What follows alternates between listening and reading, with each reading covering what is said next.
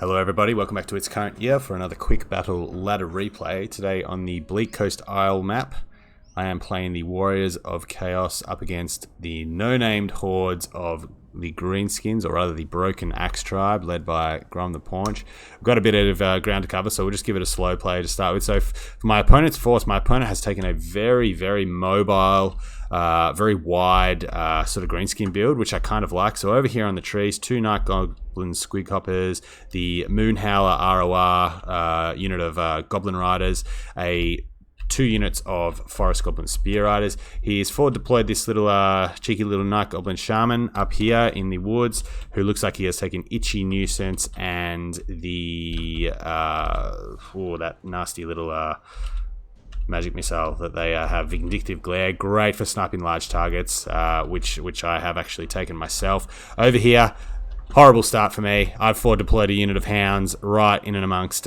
two units of Goblin Wolf Riders and Archers and two regular Goblin Wolf Riders, so they got routed almost immediately. There was nothing I could do there.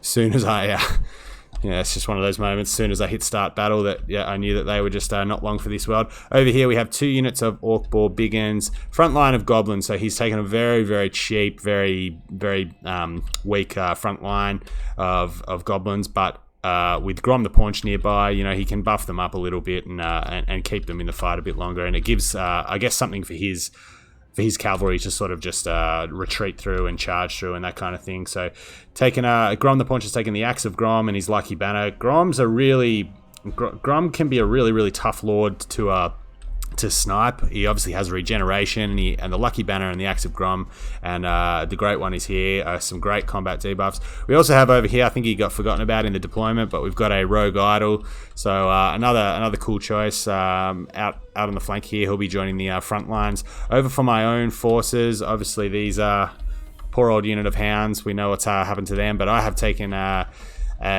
front line of Marauders, a couple of Marauders, two Chaos Warriors with great weapons, the Demon Spew Forsaken unit, as well as two units of Chaos Warriors with halberds. When this was played, I was kind of going through a little phase where I was really trying to make Chaos Warriors with halberds work, and I kind of gave that up after a little while because I wasn't having too much luck. I have taken a Chaos Sorcerer of Death with the Spirit Leech, and I've opted to take Purple Sun instead of Fate of Boring. Just again, something different. I was expecting a bit more of expecting probably a bit more infantry than what he took. He's also taken the Forbidden Rod, and I have got the Dragon Ogre duo Kolek, obviously with Star Crusher and his Call of the Storm, or whatever it's called. So I will put it on a little bit of a fast play just as we get started. As I said, those hounds didn't do much. Now this is a bit of a mistake. This Night Goblin Shaman, I mean, he's hidden deployment. He cast a Vindictive Glare on this unit of Marauders and revealed himself. Vindictive Glare isn't good at taking out massed infantry. It's really good at taking out large models. So that you see that they've taken almost no damage from that. There was a little bit of spillover into my halberds, but Kolek actually manages to rout this guy pretty quickly. Over on this flank, I've got both units of those Goblin Wolf Rider Archers currently shooting my Marauders and my halberds. Not all that worried about that. Marauders aren't, particularly valuable target for them, and are shielded. Chaos Warriors have 100 armor, so I mean, between those two, I'm happy for him to waste his ammo there. I've brought the previously broken unit of Chaos Warhounds over to here, and this is where the big ambush from this cavalry flank gets revealed to help the little Night Goblin. So I have to sort of abandon him. He will rally and come back into the fight, and as we start to approach the lines of goblins with spears, the fighting will begin. I'm pretty confident at this stage, obviously, that his infantry is not going to do too much, but I just want to keep it together, and obviously he's not going to come to me given what he has. He wants to buy time for his goblin archers and so on and so forth. So I'm keeping the keeping Kolek and the Dragon Ogre Shayla together. Obviously, they want to attack large targets, but I know that these guys are fighting sort of away from the main lines. They might be susceptible to terror outs. A couple of good hits here might see them off early. I've pivoted around with these halberds. The Retrovers are going to be reasonably effective with their anti-large bonus. Bit of a whiff going down here on these first Lord of the Storm. I had a nicely packed group here, but they pushed through obviously with their charge animations, and you'll see a Purple Son of Xerius go down here, which unfortunately decides to pivot away. That's what you get with vortexes, I guess. Like I said, the main fighting is going to go well. I mean, the Demon Spew have cut through this unit of goblin regular goblins with absolute ease. They do that really well, taking almost no losses in return. They're not going to love fighting against the Rogue Idol or the Orc Boy Biggins, but they will at the very least debuff their stats. I have now revealed my 2 units of Chaos Warhounds with Poison, which were Vanguard deployed here in the back. They're going to go over, and this is probably a mistake. These guys don't have any ammo left now. I should have had these guys coming around here, getting rear charges in, putting Poison down on this main line here. Wolf Riders, if they don't get the charge, lose 1-on-1 to Chaos Warhounds, and even with the pigs obviously in the back, just not letting them retreat from combat. Even Chaos Warriors with their great weapons with their AP are going to be good at fighting sort of the boar cavalry. So over here we have Kolek and the Dragon over coming over to try and engage the Rogue Idol, obviously with their armor piercing and their anti-large bonuses. They're going to be a good match for that, and I don't really want halberds aren't going to do great against. They're sure they're anti-large and they're armor piercing, but they're just not a great unit in general. But I do get a nice engagement over here with these halberds thwarting this charge.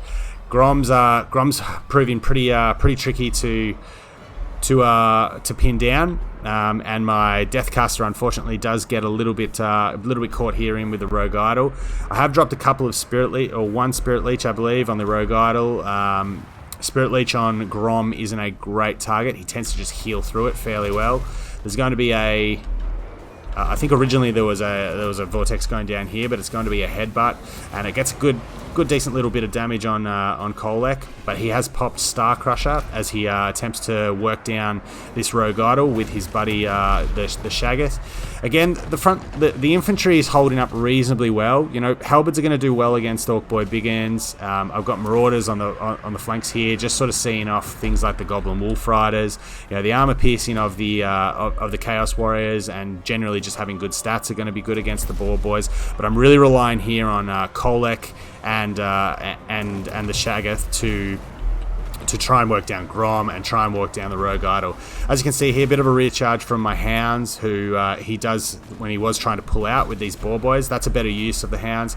Boar Boys aren't the fastest cavalry going around, and you can see their speed is down to 47. So they're being held in place pretty well for the halberds and the Great Weapon Warriors to get extra damage in. But you see here, we're trying to force path for Grom. We're trying to just get as much damage into him as possible. But my infantry's not faring too well now with the terror and just the general damage by the Rogue Idol. So the tag team duo of Kolek and his Shaggoth once again are managing to try put some damage into him, and within the next couple of hits, hopefully we can either rout him off or kill him. Grom's out here just running some laps on Marauders, which have actually broken out here. I'm not that worried about that. If he's out here doing that, then that means the Rogue Idol is fighting unsupported, which is good for me because the Shaggoth and Kolek are going to have their way here. He's milling around a little bit here with his infantry. This unit of Hounds isn't a priority target for these 2 units of Boar Boys. Needs to be cycle charging into my rear here to try and break off my infantry, because even when the Rogue Idol is fighting these 2 here, some of its attack animations will just will naturally just be put into infantry, and at this point of the game I'm feeling pretty decent about my prospects. I still have 27 halberds here, 20 halberds here. They're going to be reasonably good against the Boar Boy Biggins. The Rogue Idol has been seen off. Kolek and the Shaggoth can concentrate here on Grom. I do put a Spirit Leech down on Grom, I guess, just to try and get some damage into him, and I think I was trying to use the last of my Winds of Magic. It's pretty much the only threat left on the field. The Rogue Idol's, one hit from death, so I'm not going to waste a Spirit Leech there. And my infantry is relatively solid and packed in together here. There are some regrouping squig hoppers here who could get a nasty little rear charge. And as I said, Grom with his lucky banner, which gives him damage resistance and a melee attack bonus, is great for just running laps amongst infantry. He has great mass and obviously very good damage output on his chariot. But at this point, with even with Kolek pretty damaged, I still have a reasonably healthy Shaggoth. I pop Stand or Die here just to try and keep everything in the fight.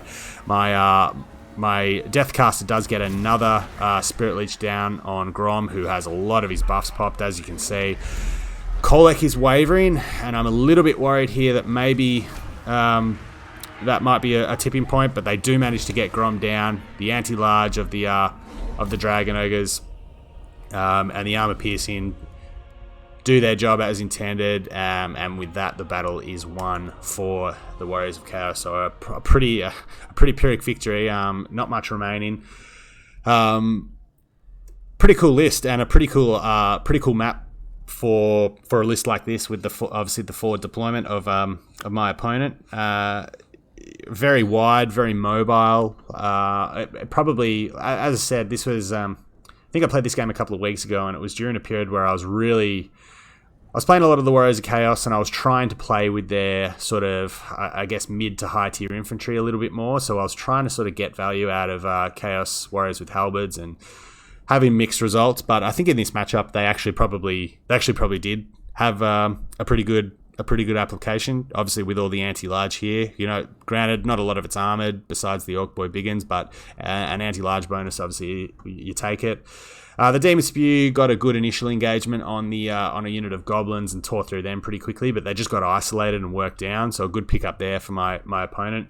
And the Shaggoth and Kolek working as a team really ground down that Rogue Idol pretty well. Put a few good hits into Grom. The Chaos Sorcerer with Death obviously didn't get a lot of kills. He had a Purple Son of Xerius, which completely whiffed out, but there were a couple of good Spirit Leeches on the Rogue Idol just to keep working that down. A couple of Spirit Leeches towards the end on Grom the Paunch.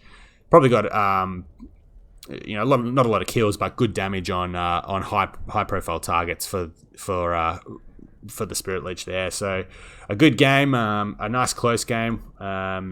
That finally managed to highlight some use for the Chaos Warriors with halberds, but a very different list. Wide and mobile, which you generally see with the greenskins, but pretty obviously really invested nothing in infantry and decided to really go strong on the mobile threats. So cool game, close win.